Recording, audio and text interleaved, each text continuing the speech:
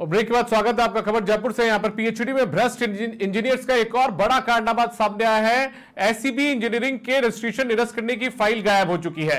दो गंभीर फर्जीवाड़ों के प्रकरणों में कंपनी पर अलग अलग कार्रवाई होनी थी। डिबार करने के साथ ही कंपनी का रजिस्ट्रेशन निरस्त करने की भी कार्रवाई होनी थी। फर्जी कार्य अनुभव प्रमाण पत्र के एक प्रकरण में कंपनी को डिबार किया गया था। 5 मई 2025 को सी प्रोजेक्ट जो है जोधपुर, उन्होंने 6 माह के लिए कंपनी को डिबार किया था। इसके बाद 7 मई 2025 को पंजीयन निरस्त के लिए सीई तकनीकी को फाइल भेजी थी। 7 महीने से इस गंभीर फर्जीवाड़े को दबाकर सीई तकनीकी जो नीरज माथुर है वो बैठे हुए हैं। एसबी इंजीनियरिंग का रजिस्ट्रेशन निरस्त नहीं कर मोटा फायदा पहुंचाया जा रहा कंपनी को। इस दौरान कंपनी ने जेजेएम, अमृत 2 समेत सैकड़ों करोड़ राशि के टेंडर्स में पार्टिसिपेट किया, यानी हिस्सा लिया। कंपनी ने दूसरे प्रकरण में तो इससे भी बड़ा फर्जीवाड़ा, गंभीर फर्जीवाड़ा जिसे हम कह सकते हैं, वो किया। मिलीभगत से फर्जी फर्म पर 116 करोड़ का जेजेएम कार्य हासिल कर लिया था। तत्कालीन सी प्रोजेक्ट जोधपुर नीरज माथुर के साथ मिलकर यह फर्जीवाड़ा किया गया।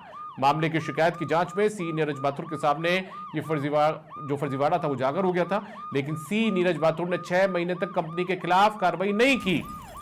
इसके बाद सी नीरज माथुर का जोधपुर से जयपुर तबादला हो गया। सी तकनीकी नीरज माथुर को दोनों गंभीर प्रकरणों में कार्रवाई करनी थी।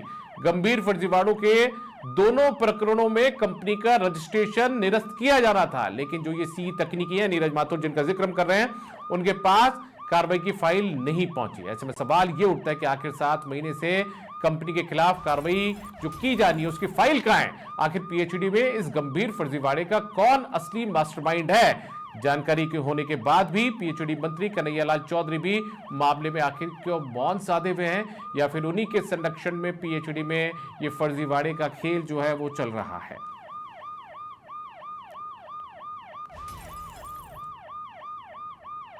तो जयपुर में पीएचडी में भ्रष्ट इंजीनियर्स का एक और बड़ा कारनामा सामने आया है। यहां पर एसीबी इंजीनियरिंग के रजिस्ट्रेशन निरस्त करने की फाइल जो है वो फिलहाल गायब है।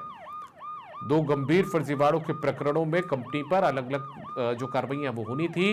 डिबार करने के साथ ही कंपनी का रजिस्ट्रेशन निरस्त करने की कार्रवाई भी की जानी थी। फर्जी कार्य अनुभव प्रमाण पत्र के एक प्रकरण में कंपनी को डिबार किया गया था, लेकिन अब बात यह है कि 7 महीने से ये जो कार्रवाई करने के लिए जो फाइल होनी चाहिए थी वो फाइल आखिर कहां गायब है?